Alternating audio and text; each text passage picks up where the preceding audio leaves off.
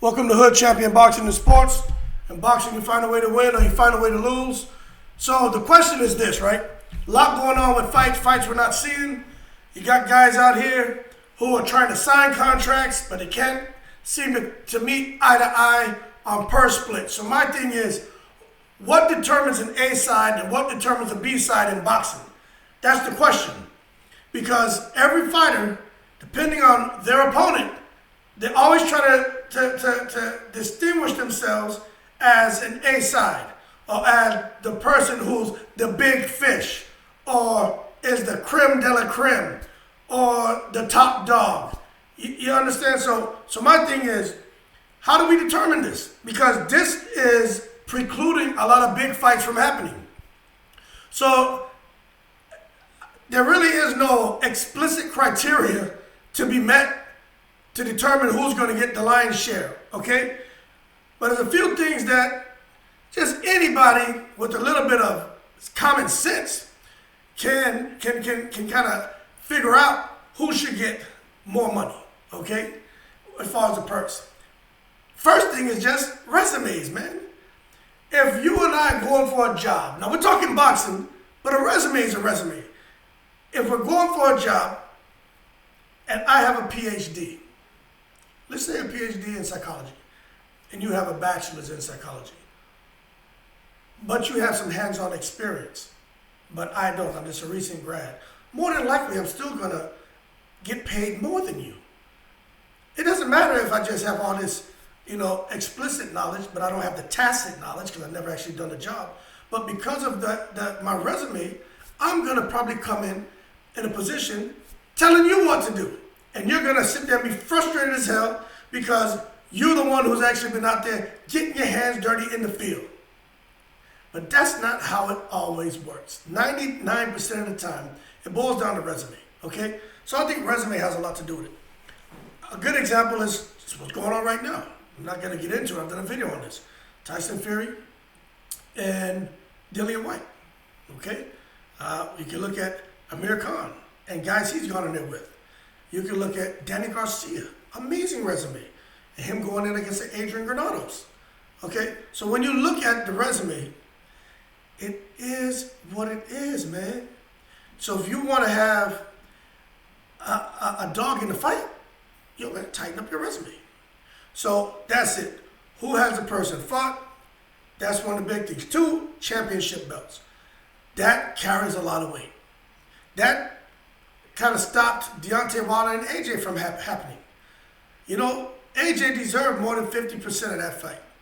I think a 40-60 split would have been fair, okay? But still, we're going to get into that.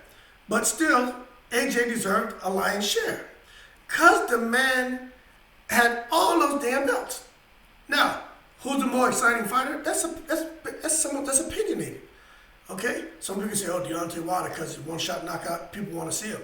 Some people say AJ because he has one-shot knockout power and he can box, and maybe they can say he's more marketable, all right? So we said resume, who you fought, then championship belts. Okay, then it boils down to venues. Who's putting butts in seats, okay? You got to look at that. If AJ, they say, he's only doing it in England. If AJ can go into a stadium in England, put 100,000 people in a seat, it is what it is. Why in the world would he come to the States and fight somebody who would only put 15,000 people in a seat? AJ comes over here and he can still pack out a stadium. Amir Khan can do it. Deontay Wilder can do it. You talk about Floyd Mayweather, Pacquiao. Those guys can do it.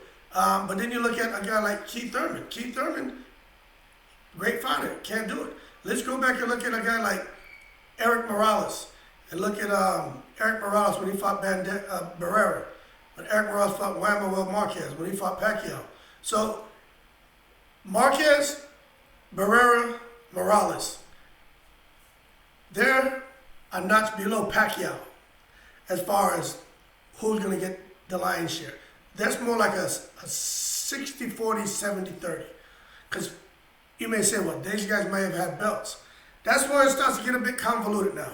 Because who is the money man? Who's the money machine? Who's the show pony? You see? And that's where it really starts to get a bit convoluted. But it depends on the person The resume is important. Championship belts are important. How many people they can put in the seat is important too. And all of those things come into play. So the resume is extremely important, but if you can't put butts in seats, you start to struggle. So almost like there's a whole person concept here. Okay? It's not just one thing, it's a whole person concept. We're looking at things and collectively. What all does this person bring to the table? So if you just bring one thing to the table, the other person brings 3 of those things to the table, you're in trouble. Or you may just have, like I said, the PhD, but this person has a belt, even though it may be an IBO or some other, crap belt, but this person can put 100,000 people in the seats. Kind of hard to come in there and say, look, when I had these belts, I won 80-20. Well, you know what, without me, you're really not a draw. I come in and I can generate $1 million in pay-per-view and put 100,000 people in the seat. Then you got to stop, and then you got to say, all right, maybe that person gets the lion's share, and they don't have a belt. You say, oh, that's never happened. How the hell did that happen with Zab Judah and Baltimore? How? So the next thing, well, we're going to, leading into that, is the promoter. You got to have the right team, man. You got to have the right promoter. You want to have some of these guys who are challengers getting paid more than the champion. It's the promoter. So you got to have the resume, you got to have the belts, you got to be able to put butts in seats, then you got to have the right promoter. Okay? A guy like Don King in his prime was a savage. Somehow he made things happen.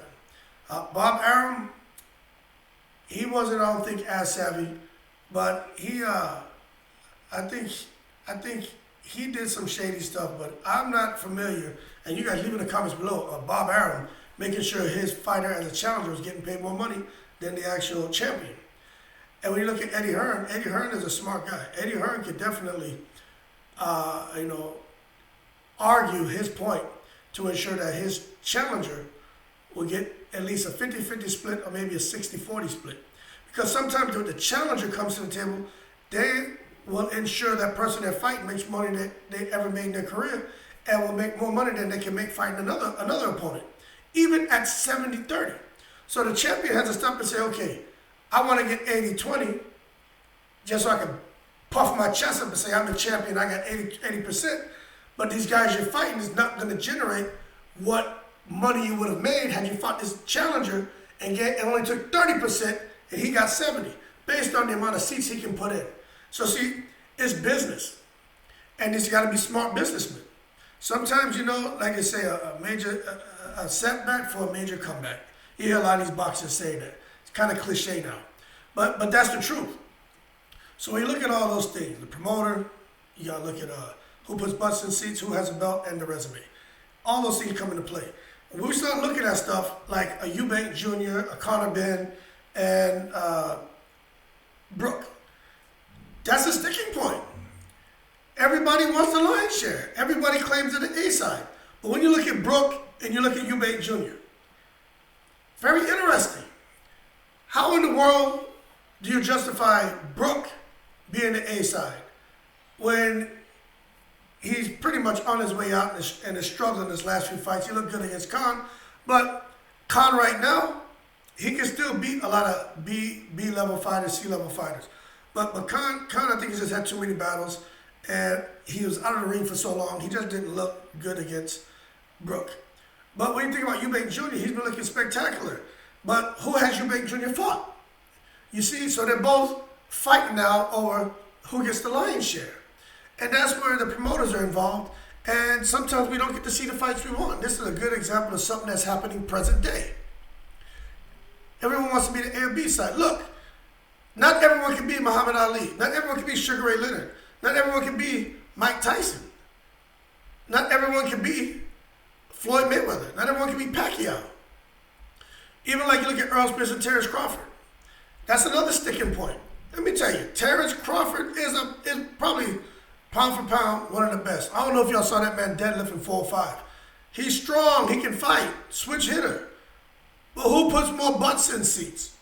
Him or Spence? Who's got the better resume? Him or Spence?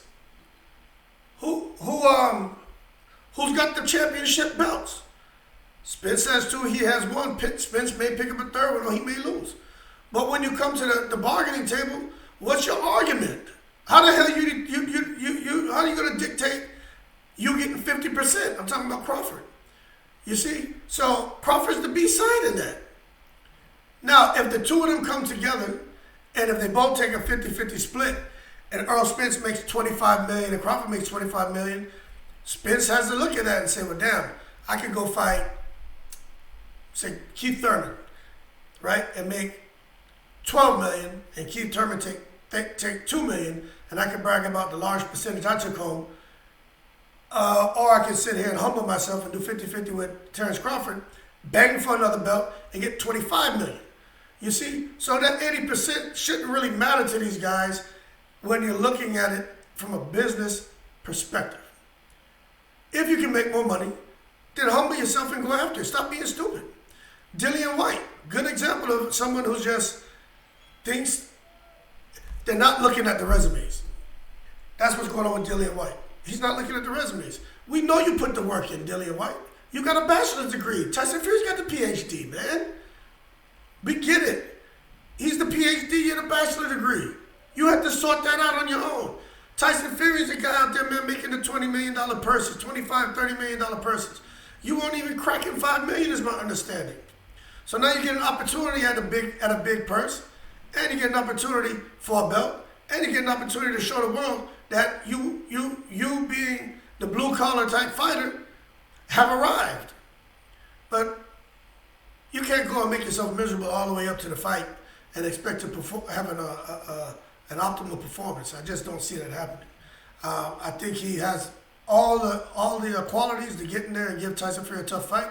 If he gets close and he lets his hands go, because he's going to let his hands go, he can hurt Tyson Fury. I don't know if y'all saw the video I posted with him hitting that machine that measures your punching power. Dillian White can crack, and that wasn't even with his left hand, that was his right hand. But that being said, A and B side, that's holding up a lot. A guy who comes back right now, who really should be a B side, who's going to get paid more than his opponent, no matter who he fights, who is that? Adrian Broner. Why? He doesn't have a belt. He's been looking lackluster in his last few fights, ever since Maidana gave him the business. But Adrian Broner, man, I'm rooting for him. I really am. I like Adrian Broner. But anyone who goes to fight him, you can't possibly ask for 70-30, 80-something. Adrian Broner's going to get that 60-40, 70-30, okay? It just is what it is. Because of the butts he puts in the seats, because he's the marketable one, and he's the big fish. Not because he has belts, because he's the one who puts butts in the seats. He's the money machine. It is what it is. And that's a fact. Adrian Broner, man, yeah, he wants $10 million. He can get $10 million because they'll make maybe 10, 20, 15 off of him. He just needs to come back this year, have one or two good-looking fights, and Adrian Broner's back in the same position he was in 3, 4 years ago, 5 years ago. Simple. People want to see that man fight, want to see him win. One thing about Adrian Broner, whether you like him or not, he is what he is, and he doesn't try to be something he's not. Sometimes that works for him, sometimes it works against him. Me personally, I like to see people be themselves. The way he talks and everything, that's who he is, man. Even if he finds his language inappropriate, you rather try to be something he's not. What you see is what you get. Love him or hate him. It is what it is.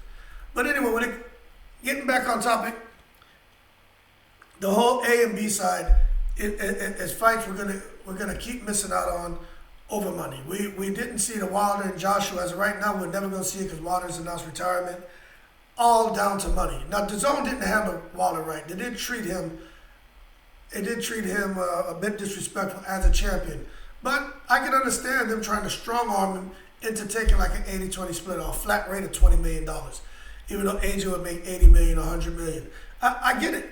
Because when you look at resumes, AJ is the one who should get the lion's share. But they should have went more like a 60-40. That would have been fair. Wilder wasn't going to get no 50-50. He didn't deserve 50-50. He doesn't put the butts in the seats like AJ. At that time, he didn't. He didn't put the butts in the seats. He only had one belt. AJ had 3, 4. And AJ's a guy who can sell pay-per-view better than Wilder. The two of them together complement each other. But AJ's still the A side. But when it comes down to the purses, and pride and egos, that's when we start losing fights. So that being said, leave your comments below. Let me know what you think on what criteria needs to be met to be the A side or B side. Because everybody wants more money, more money, more money, but they don't necessarily want to have more on their resume. They don't necessarily want to bring more to the table. They just want to get in there with a big name and say, give me my payday. A good example of people who want to fight somebody they may really not want to win that fight, but they want to fight him is Canelo. Canelo said, payday, payday. They want the payday. So that being said, leave your comments below. Let me know your 2 cents on this. I appreciate it. As always, shout out to the veterans. Y'all keep safe, and I'm in the breeze.